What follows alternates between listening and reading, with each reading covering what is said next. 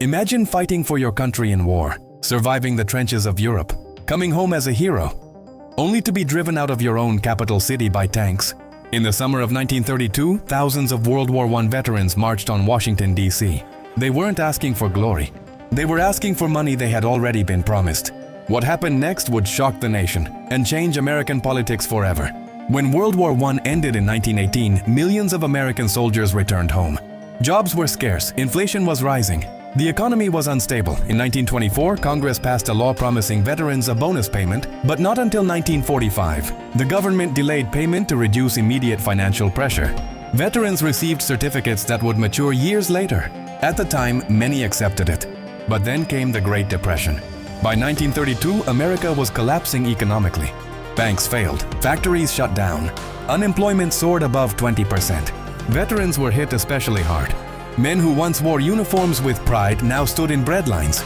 Their promised bonus was still 13 years away. To many, it felt like betrayal. So they decided to march. They called themselves the Bonus Expeditionary Force. History would remember them as the Bonus Army. Nearly 20,000 veterans arrived in Washington, D.C.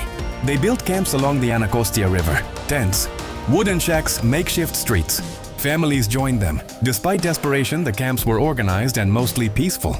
They saluted the Capitol, they sang patriotic songs. They were not enemies of the state. They were veterans asking for early payment of what Congress had promised. The House of Representatives passed a bill to pay them early. The Senate rejected it, and the veterans stayed. President Herbert Hoover feared unrest. Officials worried the camps could become permanent. Some labeled the veterans as radicals. Tensions escalated. On July 28, 1932, police attempted to evict part of the encampment. Violence broke out. 2 veterans were shot and killed. The situation spiraled. Hoover ordered the U.S. Army to clear the camps. The operation was led by General Douglas MacArthur. Among the officers assisting him was Dwight D. Eisenhower. Cavalry units under George S. Patton advanced. Yes, future American war heroes.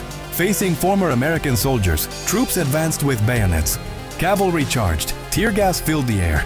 Tanks rolled down Washington streets. The veterans' camps were set on fire. Flames lit up the Capitol skyline. Families fled through smoke. Children cried. American soldiers driving American veterans out of their own capital.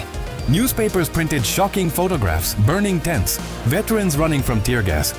Troops occupying camps. Public opinion shifted rapidly. Many Americans were horrified. Hoover defended the action as necessary to maintain order.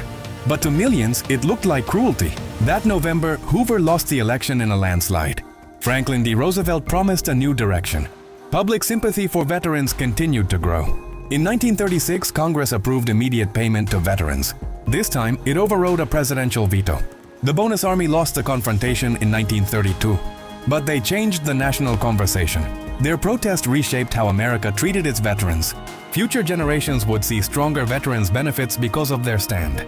The Bonus Army was not a rebellion, it was a reminder. A reminder that promises made in times of patriotism must be honored in times of hardship.